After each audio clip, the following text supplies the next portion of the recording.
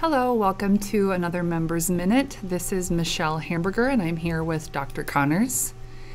We are talking today about natural sweeteners with the holidays looming and people doing a lot of baking and looking for sweet options that aren't going to be harmful to their cancer diet. We're wanting to explain some of the differences between what are healthy options for natural sweeteners and what would be best to stay away from. So, Dr. Connors, your thoughts? Okay, so we all want to decrease sugar, whether you have cancer or not. It's a good idea to decrease your sugar content.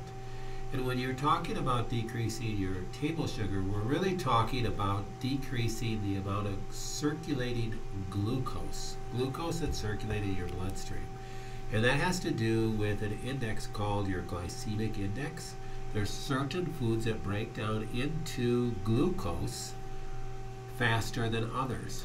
So this picture right here of sugar is sucrose, which are two different sugar molecules bound together. Glucose is a single type of sugar that goes into the Krebs cycle and can feed cancer growth and can feed other things if we have too much of it. So that's what causes diabetes, Alzheimer's, and can feed cancer. So it's not just table sugar that we're trying to eliminate, but what we're talking about in this little Members Minute is what to use as a substitute for table sugar in recipes so that you can have a treat now and then without feeling like you're depriving yourself from anything good. So the first thing that we have to touch on, because most our patients know this, but a lot of other people don't, is these bad guys. So these are artificial sweeteners that are on the market. And I included Truvia in here, even though that's a stevia product. This is a stevia product that is made by a large food company that uses a GMO stevia. So I do not recommend this type of stevia, even though stevia would be on our okay list, which you'll see in a second. But all these other ones are artificial sweeteners that are very sweet and are used, you know, people use sweet and low in their coffee and use these different things, but only use these artificial sweeteners if you want to get cancer. So if you really want to get cancer, you don't have cancer, then use these and you could be facetious, but it is very dangerous, right? We don't want to be using any artificial sweetener. So this is just a given to anybody who knows anything about nutrition. You don't use that stuff. So here's some 7 sugar substitutes. There's more, but here's some things that you could use. So honey, agave, nectar, pure maple syrup. These are the kind of the go-tos typically right here. We're not a big fan of agave nectar because it has some other issues that we weren't going to get into on this little topic. Honey is a good one because it's natural, but for our cancer patients, we typically recommend the Manuka honey, or at least use a raw honey when you're going to use this as a substitute. And the pure maple syrup, if you can use a grade B, if you can find grade B, it has more nutrients in it.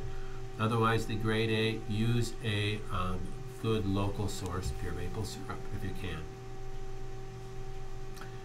The unsweetened applesauce does mix nice with a lot of different recipes. Bananas mix nice with a lot of different recipes. Coconut sugar is a nice alternative too, though this does. All these things, understand, all these things are going to break down to glucose, so it's still using within moderation. The only thing that won't is this one right here. This is stevia. So stevia is an herb. The problem with using stevia, a lot of people don't like it because it's got such a different aftertaste. And it's very difficult to substitute in recipes because just a pinch of stevia can be equivalent to sweetness of a half a cup of sugar. And it's like, how are you going to substitute? The recipe doesn't turn out very well with that. So, and some people don't like the way stevia tastes. But if you could get used to the way stevia tastes, this is probably your one that's going to decrease, that's going to not increase your glucose levels more than any of these. Dates are a good substitute in that they have good some good minerals in them, but they're very high in sugar, so you do have to be careful just using this as a one-to-one substitute. Some people have used different herbs as a substitute for sweetness, even though it doesn't have a sweetness to it. like using vanilla extract as a substitute for, increasing this and decreasing the amount of sugar. And one nice thing with the holidays is if you just start getting used to not eating sugar, then you can actually half or 2/3 reduction of the sugar in your recipes, and you still may think it tastes just as good. Yeah, there is truth to that whole idea of you become accustomed to the sweeter that items are, and the more that you back away from it, you realize just how overly sweet the foods that are on the market have become, and how little sweetener you really need for most of the foods that are out there. Another creative thing to do also is to add fiber to the thing that you're making. So let's say if you're making banana bread, and that's your staple for Christmas, that you make banana bread every year, well, half the sugar and add a fiber content, because remember, from a glycemic index point of view, every gram of fiber in a product will offset a gram of sugar on how fast it breaks down. So by increasing the fiber content, like maybe if you're juicing, you could take the leftover pulp and add it to your bread or add it to your cookies, because that's fiber, and that will help offset some of the glucose content too. That sounds great. Well, thank you very much. And, the one thing we didn't add on this was xylitol. Xylitol is a sugar alcohol, and that tends to be a favorite for a sugar substitute as well. And the thing that I'd warn you about xylitol is get the birch derived xylitol, not the corn derived xylitol. Most xylitol that's on the market is corn derived, therefore it's going to be GMO derived, and it's not nearly as beneficial as the birch derived. The xylitol carries issues too. Some people have sensitivities to it, and it could cause diarrhea. So there's issues with that too, so just be careful with that as well. Would whether it's birch derived or corn derived be typically notated on the back of the ingredients list? You can find it when you do order it, usually.